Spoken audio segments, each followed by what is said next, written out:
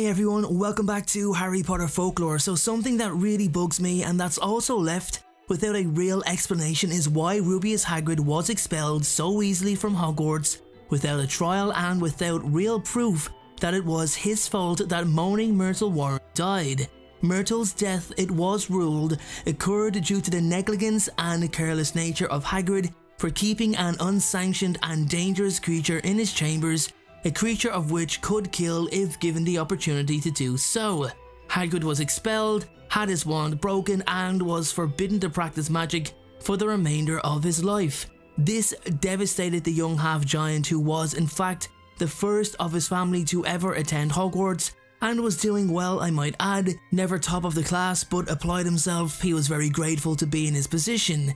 So let's go back to the actual events surrounding Myrtle's death, how and why Hagrid was linked to her death, what Dumbledore did in order to try to prevent his expulsion, and finally, the one piece of evidence that shows Hagrid had nothing to do with any of it, which of course the Ministry overlooked.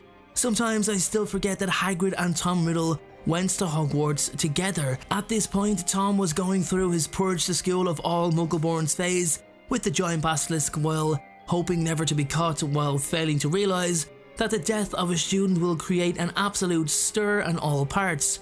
So Tom uses the basilisk stare to kill Myrtle in the bathroom where she'd hide and cry over being teased by the other students. She was the perfect candidate for the Dark Lord who also used her death to create a Horcrux.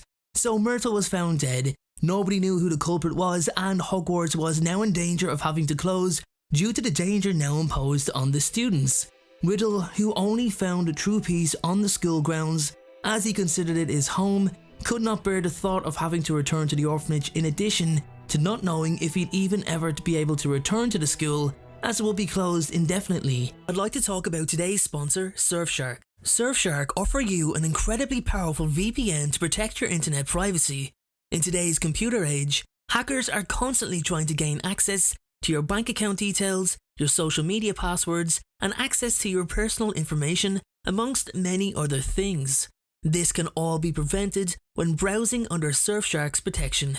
Not only does it protect your privacy, it also offers you a lot more. Different countries have different viewing restrictions on what content can be viewed. Therefore, by logging into a VPN based in another country, you can gain access to that content that may be blocked in the country that you live in.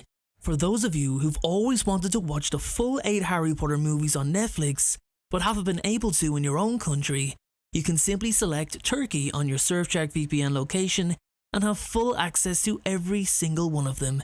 It's that simple. If you join Surfshark today, you'll get 83% off, 3 extra months for free. You'll also be able to use Surfshark on as many devices as you like. There's no limits. And finally, there's a 30-day money-back guarantee. Basically, if you're not happy, if you're not satisfied, then your money will be returned. It's a no-brainer, guys. So sign up to Surfshark right now by clicking the link in the description below. He needed a culprit, as I said, a fall guy. It was time to play the blame game and he quickly found the perfect scapegoat in Rubeus Hagrid. Now, Tom didn't know everything there was to know about Hagrid there and then. He'd have followed him, studied him, and only then would he have discovered a weakness to hopefully exploit. He hit the jackpot when he learned that Aragog, a baby Acromantula, was in Hagrid's possession on the school grounds. Acromantulas are extremely dangerous, grow to a massive size, and are even known to eat humans along with other beasts of a similar size. Aragog, however, was just an infant and was being trained by Hagrid to obey. The arachnid still had rather an effective and poisonous venom in its fangs, meaning he was a threat if he chose to be. It's quite clear that Tom was prepared for his accusational encounter with the half-giant, as he knew the exact spell to repel the beast, Arana Exime, a spell that Harry actually took for himself when he viewed Riddle's memory and proved useful in escaping the Acromantula attack with Ron. So Tom firsthand witnesses Aragog escape and alerts his superiors to the fact that everything points to Hagrid and Aragog as the reason for Myrtle Warren's death. Hagrid 100% completely and wholeheartedly denies any involvement and is shocked at these accusations now becoming vastly serious. He soon realises he's in a lot of trouble for something that he didn't do. The Ministry, on the other hand, have been hammered by the public over Myrtles' death, demanding answers, demanding justice, and most importantly, demanding the capture of whomever was responsible. As always with this shambles of a government, they were the first to please the people and keep the peace, rather than actually do what was right and launch a full and detailed investigation with Hagrid's involvement and cooperation. Don't forget Tom Riddle, who wanted any threat to Hogwarts eradicated, would have been the most cooperative witness and been a massive help in convicting Hagrid of this crime. I can imagine him sitting there feigning pity for Hagrid, even asking for the officials to please not be too hard on him, that he didn't know what he was doing. The Ministry concluded that the evidence was too strong in order to open up a trial, but was that really the case? Was there traces of acromantula venom in Myrtles' body? No, there wasn't. Was there any bite marks of any kind on Myrtles' body? No, there wasn't. So why wasn't Myrtles' body thoroughly examined? Is there any way in extracting the memory of a creature to see its last involvement or last actions? I don't think so. The greyness and uncertainty of this case should have been enough to clear the young half-giant there and then, but still, he was convicted. I suppose it could be argued that a simple healing spell could be used to cover the bites, but it was my understanding that the person needed to be alive in order for a healing spell to work, as it required blood flow, living tissue, in order to encourage the skin to heal over. That's what I thought anyway. If you guys know different, then let me know in the comments section below. Even Dumbledore fought hard for Hagrid, arguing that the evidence was so weak and had many holes in it, but of course, the Ministry are not going to budge. They now had their man, the case was closed, the public were satisfied. Tom Riddle inadvertently exposed himself to Dumbledore as he received a special award for his contribution to the school after discovering Hagrid's apparent involvement. Dumbledore knew that Hagrid had nothing to do with the death of Myrtle. He also knew that Tom Riddle was no fool. He was smart, clever, witty, and could read an individual better than anyone, which means Dumbledore knew that Tom knew Hagrid was innocent. This in turn leads Dumbledore to concur that Tom had something to do with the murder. It put Dumbledore on alert with him. He kept an even closer eye on Tom going forward. I think Dumbledore warmed to Hagrid so much because of the fact he was the scapegoat, made out to be the keeper of the monster of Slytherin, even though he was a Gryffindor and a half-breed, the latter of which would have never been tolerated by the late Salazar Slytherin to be accepted into his house.